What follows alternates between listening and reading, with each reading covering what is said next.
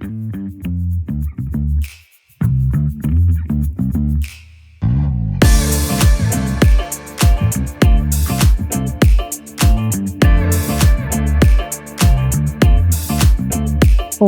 to Physio Move and Groove. Happy Friday, everyone. My name is Jeannie, and I'm a physical therapist with over 25 years of experience helping people to move well, feel well, and be well. So today we are talking about part 2. Hopefully you were able to look at part 1, which was last week, on how to fix mechanical low back pain in basically just 1 to 2 treatments via the McKenzie method. And this is part 2. So we're going to talk a little bit, 2 little things that we're going to cover to help wrap things up for this. So let's say you've been doing the McKenzie method, you've been doing your prone extensions, you've been feeling great, you haven't had any back pain anywhere for 2 weeks. You're like, okay, well, now what can I do? When can I add on other exercises? And that is basically where we are. After 2 weeks of doing the exercises, if you have had no back pain, you can start to incorporate your regular back stabilization and abdominal core strengthening exercises and start reintroducing flexion-based exercises, because we don't want to completely forget the flexibility of moving forward. So the exercise you're going to start with to do that, you're going to lie down on your bed, and you're actually going to practice bringing your knees up towards your chest. So you'll just bring them up. You'll hold them for a few seconds, and then you'll bring them back down. If you have knee problems, then usually it's easier to pull them up in this direction and bring them back down. But if you don't have knee problems, then you can put your hands above your knees, pull up as far as you can, and then bring it back down. Now, you might first notice a little bit of low back discomfort when you're starting to do this exercise because you have been doing back extensions for the last 2 weeks. The opposite direction. So it might be a little bit stiff, but what you should find after doing 10 of these is that it gets easier and easier, and that stiffness starts to resolve. And that means that's the right exercise for you to do. So you will first start by doing 10 of these exercises, but as soon as you do any kind of flexion exercise, you're going to turn yourself over onto your bed and you're going to do your press-ups. So you're always going to end your program with doing 10 press-ups or 10 back bends after you have incorporated the flexion-based exercises. Now, once you've been doing those grabbing your knees to chest flexion-based exercises, and again, you have no back pain, you're feeling pretty good, you can start to incorporate a little bit more of an advanced flexion-based exercise, because we do want to have full range of motion, both flexion and extension of our back, and it be pain-free. So then you're actually going to lean forward and you're going to kind of grab down around your ankles as far as you can go, and then you can walk yourself back up and see how that feels. So again, you'll go forward, you'll grab down, and you'll come back up and you'll see how that feels. Again, a little bit of stiffness. You're okay to proceed as long as it's getting looser and looser the more that you do. And eventually, you want to work up to be able to stand and bend all the way down to the ground and come up back like that. Normally, bending forward like this should not hurt your back. It's not normal to have back pain when you bend forward. If there's an issue with your back, that may occur, but normally you should be able to go backwards and forwards and be pain-free. But again, as soon as you incorporate the flexion-based exercises, doing 10 times, you must end with doing the back extension exercise. And that's the same with any kind of activities of daily living that you do. If you start vacuuming and you're trying to maintain that lumbar lordosis, but you notice you might be bending forward, immediately after doing that, I want you to do 10 back bends. So basically you are reversing what you have just done. That will help to actually slow down the ability for that low back pain to kick in.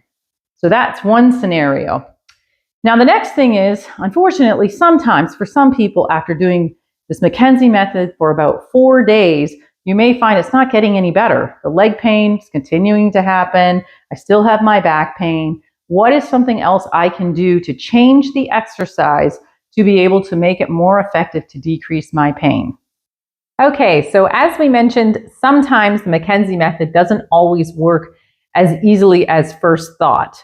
So if you've been trying it out for 4 days, you do have to give it 4 days religiously, 10 times every other hour that you're awake, and you've been obeying all the rules at home as well, and you still are getting this nagging, we'll say right leg pain.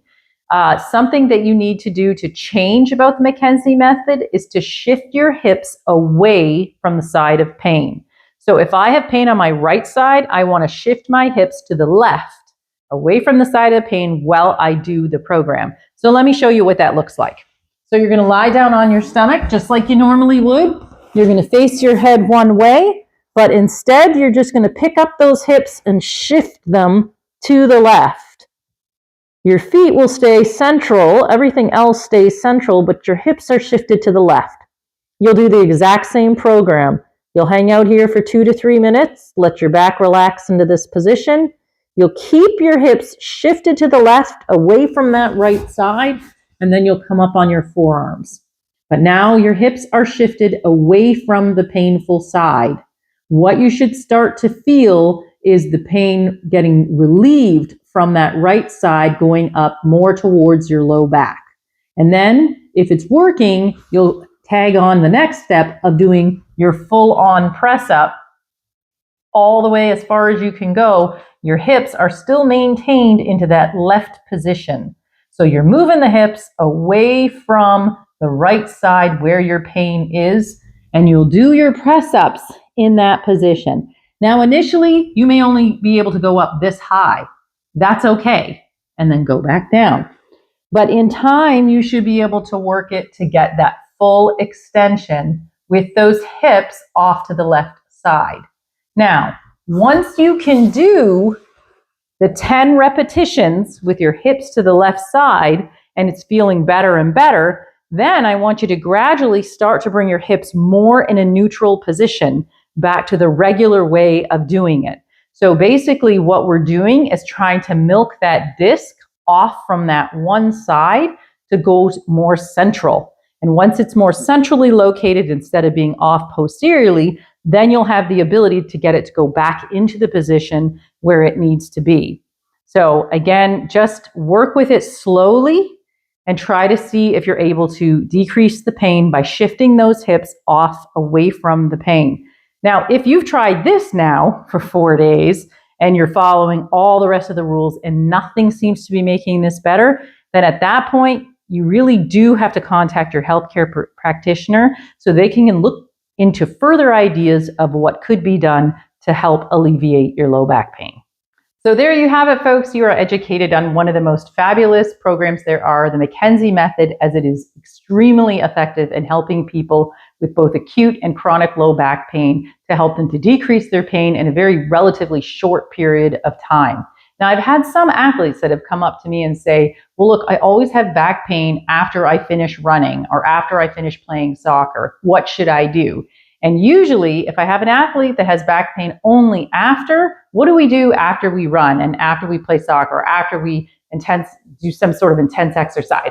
We lean forward or we sit forward. We collapse sitting forward. So I beg to differ that it could be that it's not the sporting activity that's giving them their back pain, but it's what they're actually doing after the sporting activity, which is bending forward in a collapsed position or sitting hunched over because you're tired, and then you go to get up and you have back pain. So if that's happening to you, then after you've ran and after you've worked out, just maintain good back posture and see if that changes the situation or not.